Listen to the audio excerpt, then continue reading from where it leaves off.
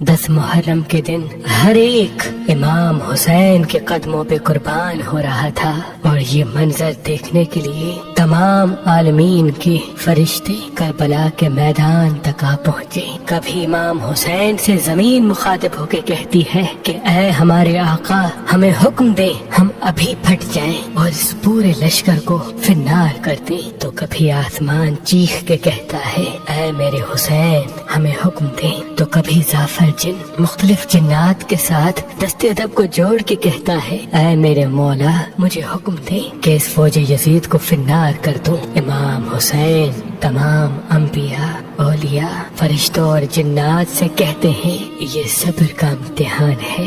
मेरा अल्लाह मेरा सब्र आजमाना चाहता है और मेरे खून से ही इस्लाम को जिंदगी मिलेगी, क्योंकि मेरे शहीद होने के बाद रहती दुनिया तक किसी भी यजीद की मजाल न होगी कि कोई मेरे नाना हजरत मोहम्मद मुस्तफ़ा सल्लल्लाहु अलैहि वसल्लम की शरीयत को झूठा कहे। बस सब मौला हुसैन का इम्तिहान देख रहे हैं। इमाम हुसैन अली अकबर के सीने से बर्छी निकालते हैं तो कभी अपने 6 माह का बच्चा कुर्बान करते हैं। जब आपके साथ कोई न रहा, आप खयाम में आते हैं, बीबियों से अलविदा कहते हैं। इमाम सज्जाद को वसीयतें करते हैं कि इस्लाम के लिए हर दुख तकलीफ को बर्दाश्त करना, लेकिन कदम कदम पे अपने नाना की रसालत की गवाही देते रहना। बस जैसे ही बीबियों से अलविदा कह के जुलजना को हुक्म देते हैं कि ऐ मेरे घोड़े, मुझे मैदान में लेके चल। जुलजना आगे नहीं बढ़ता। इमाम हुसैन जुलजना के कदमों में देखते हैं कि आपकी बेटी सकीना जुलजना के पैरों में लिपटी हुई है। आप उतरते हैं, अपनी बेटी से फरमाते हैं ऐ मेरी बेटी सकीना, अपने बाबा से अलविदा कहो।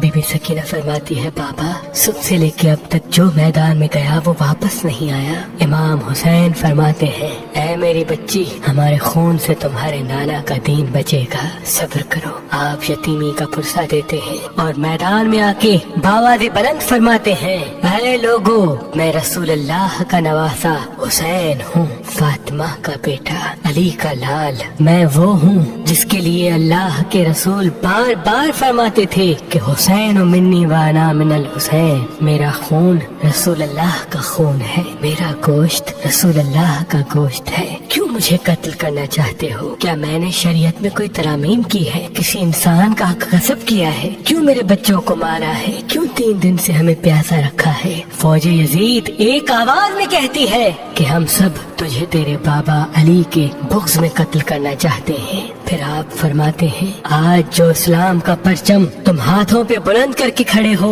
ये परचम मेरे बाबा अली ने बुलंद किया था। खैबर और खंदक में अगर मेरे बाबा अली ना होते तो इस्लाम की फतेह नामुमकिन थी। आज उस अली को ये सिला दे रहे हो कि उसकी औलाद को इस बयाबान में भूखा और प्यासा करके कत्ल कर रहे हो। बस उमर बिन साद कहता है कि हुसैन की बात न सुनो, हमला कर दो। तारीख ने लिखा इमाम हुसैन अलैहिस्सलाम के मद्दे मुकाबिल जो भी आया वो फिन्नार हुआ। जमीन पे इससे पहले ऐसी जंग न देखी गई कि एक 3 दिन का भूखा प्यासा शेर की तरह लड़ रहा है और फौज दूर दूर भाग रही है। बिलाखिर शिमिर उमर बिन साद ने ये सोचा कि ये अली का शेर है, इससे मुकाबला करना नामुमकिन है। पूरी फौज को कहते हैं कि एक साथ इमाम हुसैन पे हमला किया जाए, लेकिन कोई भी इमाम हुसैन के करीब न जाए। दूर दूर से इमाम हुसैन को तीर मारे और आधी फौज जाके खयाम को आग लगा दी। बस हजारों की फौज ने इमाम हुसैन को चारों तरफ से घेरा और दूर दूर भागते हुए इमाम हुसैन को तीर मारती रही, नेज़े मारती रही और कुछ इमाम हुसैन के खयाम को जलाते हैं। इमाम हुसैन कभी खेमों की तरफ जाते हैं, कभी सिपाहियों की तरफ आते हैं। बस इतने में आवाज़ गायब आती है ऐ हुसैन, तेरा अल्लाह तुझसे राजी हुआ। इमाम हुसैन तलवार को रोक लेते हैं। फौजी अश्किया जैसे ही इमाम हुसैन की रुकी हुई तलवार देखते हैं तो वो लोग जो इमाम हुसैन को देख के भाग गए थे वो भी करीब आने लगते हैं और दूर दूर से जिसके हाथों में जो चीज होती है वो इमाम हुसैन की तरफ फेंकने लगते हैं। तारीख ने लिखा जिसके पास नेज़े थे वो नेज़ा मारने लगा, जिसके पास तीर थे वो तीर मारने लगा, जिसके पास तलवारें थी वो तलवारें मारने लगा।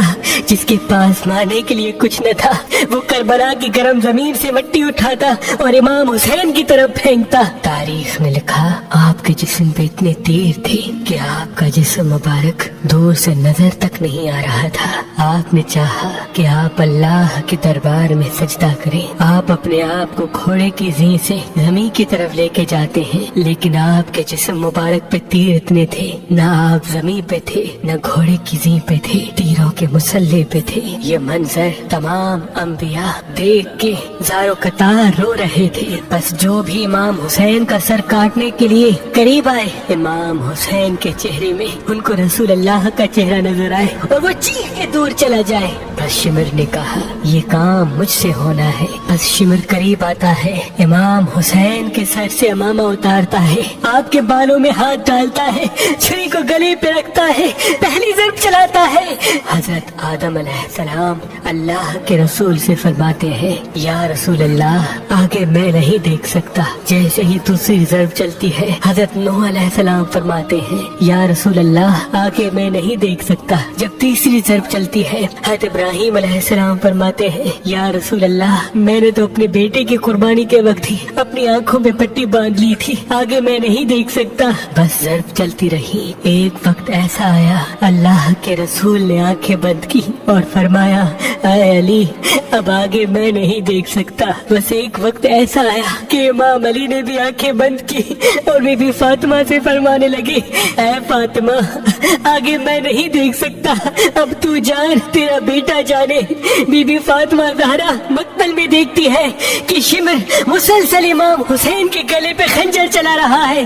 آپ قریب آتی ہے، دونوں ہاتھ امام حسین کی گردن پہ رکھتی ہے اور فرماتی ہے اے شمر نہ مار میرے بچے کو، نہ مار، میں نے چکیاں پیس کے اس کو پالا ہے، یہ تیرے رسول کا نواسا ہے۔ لیکن افسوس شمر مسلسل امام حسین کے گلے کو کاٹتا رہا۔ شمر دیکھے امام حسین کے مسلسل لب ہل رہے ہیں، سوچا کہ شاید حسین ہمیں بد دعا